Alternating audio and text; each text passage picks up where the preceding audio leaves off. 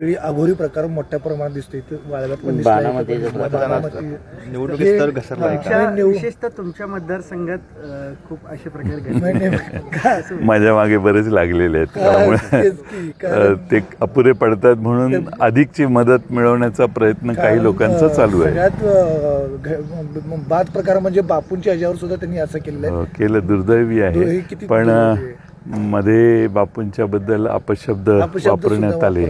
आज माझी खात्री आहे सांगली जिल्ह्यातली जनता, वाळवे तालुक्यातली जनता त्याला उत्तर देईल. झेडपीला म्हणजे या ठिकाणी भाजप म्हणते की चंद्रकांत पाटील म्हणते की 34पेक्षा अधिक जागा त्यांच्या येतील आणि सत्ता येईल.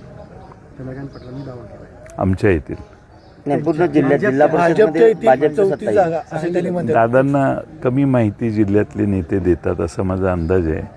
त्यामुळं आता निकाल तर परवाच आहे, कळेल आपल्या सगळ्यांना.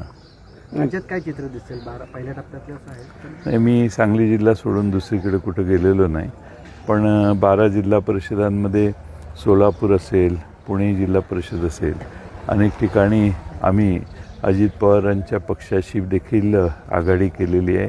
बरेच आमचे कार्यकर्ते घड्याळावर देखील उभे आहेत आणि पुणे जिल्ह्यात, सातारा जिल्ह्यात मला वाटतं की चांगले रिझल्ट लागतील अशी अपेक्षा आहे.